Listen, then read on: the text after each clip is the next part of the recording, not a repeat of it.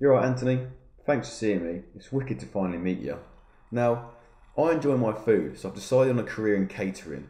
I thought you might be able to share with me some helpful tips or the best way in getting started or what I might need for the future in this industry.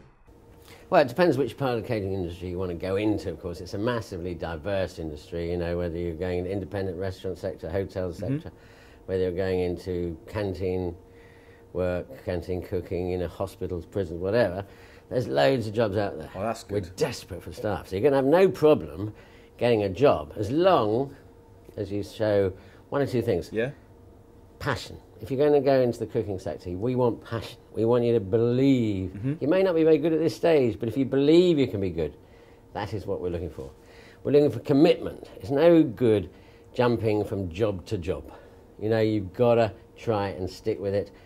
Build up a good CV, because it's going to be invaluable to you in your future. When you go for other jobs in other parts of the world, other parts of the country, having a good CV where you can be seen to stick with the job, not rushing from job to job to job, that will be invaluable. Yeah. Now, the other thing you've got to do, of course, is some training.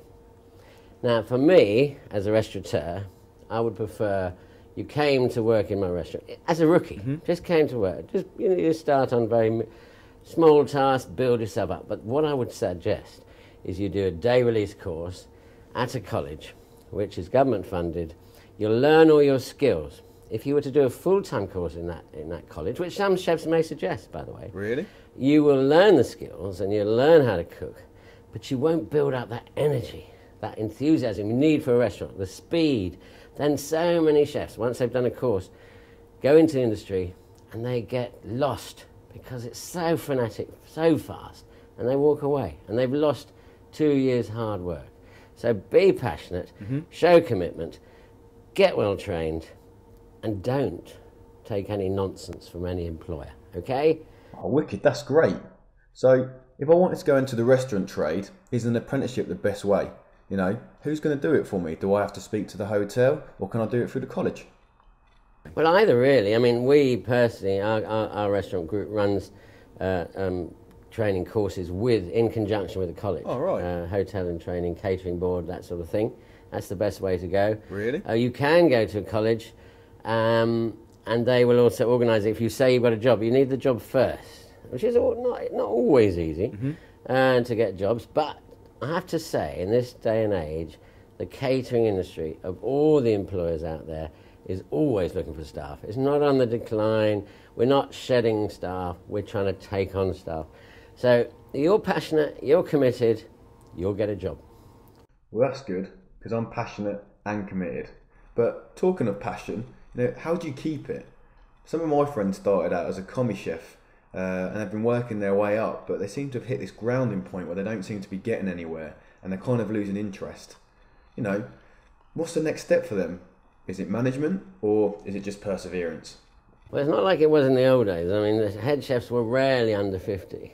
Now you get head chefs in their mid-20s, Really? early 20s in some cases.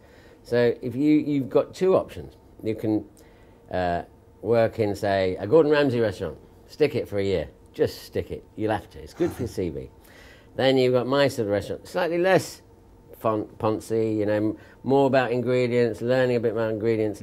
Then you may go into a hotel where the hours tend to be easier, but you will only concentrate on one section of a menu. If you go into restaurants, you'll concentrate on all sections of the menu. You'll start off on starters, of course, hot and cold, but you'll then go on the main course. So you do everything in a restaurant, where in a hotel, it's very definitive areas of work. So you might be in the pastry section, you might be on the fish section, the sauce section. You can only get so far in one organisation. Once you become head chef, or once you become sous chef and you know the head chef's not going to leave, maybe it's time to move.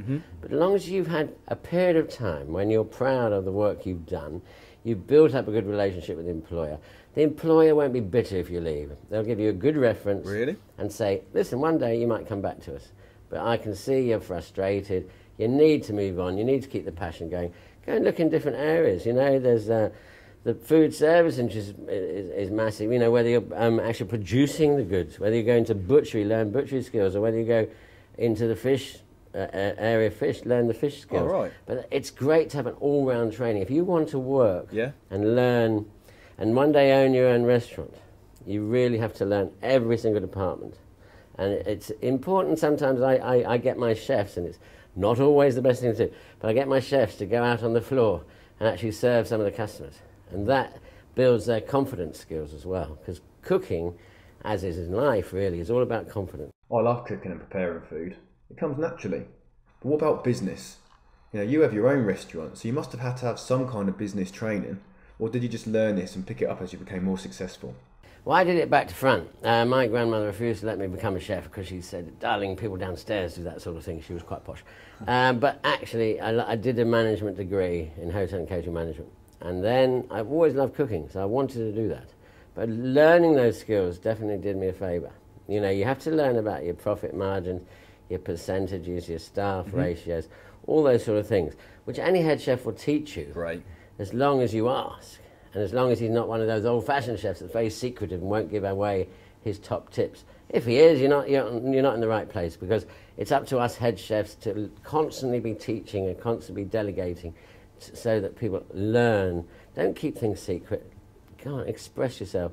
Let it all out. Teach them. That is the key to life, teaching, because one day they'll be up there and they'll look after you probably. So always remember, on the way up, make sure you're being looked after. On the way down, make sure you're looking after the people who are on the way up, because one day they may be your boss.